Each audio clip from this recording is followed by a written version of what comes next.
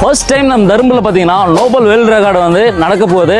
இதில் யார் யார் கலந்துக்கலாம்னு வாங்க பார்க்கலாம். தமிழ்நாட்டில் நீங்கள் எந்த டிஸ்ட்ரிக்ட்ல இருந்தாலும் இந்த நோபல் வேர்ல்ட் ரெக்கார்டில் வந்து கலந்துக்கலாம். இதில் யார் யாரெல்லாம் கலந்துக்கலாம் அப்படின்னு பார்த்தீங்கன்னா ஆரி ஒர்க் பண்ணுறவங்க, மேக்கப் ஆர்டிஸ்ட், ப்ளஸ் வந்து பார்த்தீங்கன்னா drawing and painting. First competition வந்து பார்த்தீங்கன்னா ஆரி ஒர்க்கில் வந்து ஒரு தீம் கொடுப்போம். அந்த தீமை வந்து 1.5 ஹவர்ஸ்ல வந்து கம்ப்ளீட் பண்ணணும்.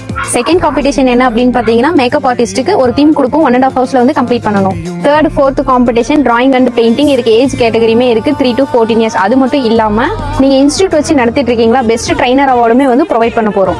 இந்த காம்படிஷன்ல ஒவ்வொரு கேட்டகரிக்கும் ஃபர்ஸ்ட், செகண்ட், தேர்ட் பிரைஸ் வந்து ப்ரொவைட் பண்ண போறோம். இந்த ஈவெண்ட்ல கலந்துக்கிற எல்லாருக்குமே வந்து நோபல் வேர்ல்ட் ரெக்கார்ட் சர்டிபிகேட் வந்து ப்ரொவைட் பண்ண போறாங்க.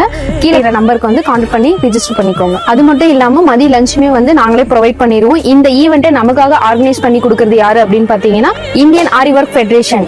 இந்த கோல்டன் ஆப்பர்ச்சுனிட்டியை வந்து மிஸ் பண்ணிடாதீங்க. அக்டோபர் 20 வரைக்கும் இருக்கு, ரிஜிஸ்டர் பண்ணிக்கோங்க. இந்த ஈவெண்ட் எப்ப நடக்க போகுது அப்படின்னு பாத்தீங்கன்னா November 8 Saturday morning 9 to evening 4 o'clock வரைக்கும் நடக்க போகுது. மறக்காம புக் பண்ணிக்கோங்க. இப்போ ஈவெண்ட் எங்க லொகேட் ஆயிருக்கு அப்படின்னு பாத்தீங்கன்னா பாலக்கோட்ல போலீஸ் ஸ்டேஷனுக்கு பேக் சைட்ல பிஸ்மி மஹால் அப்படின்ற இடத்துல தான் லொகேட் ஆயிருக்கு.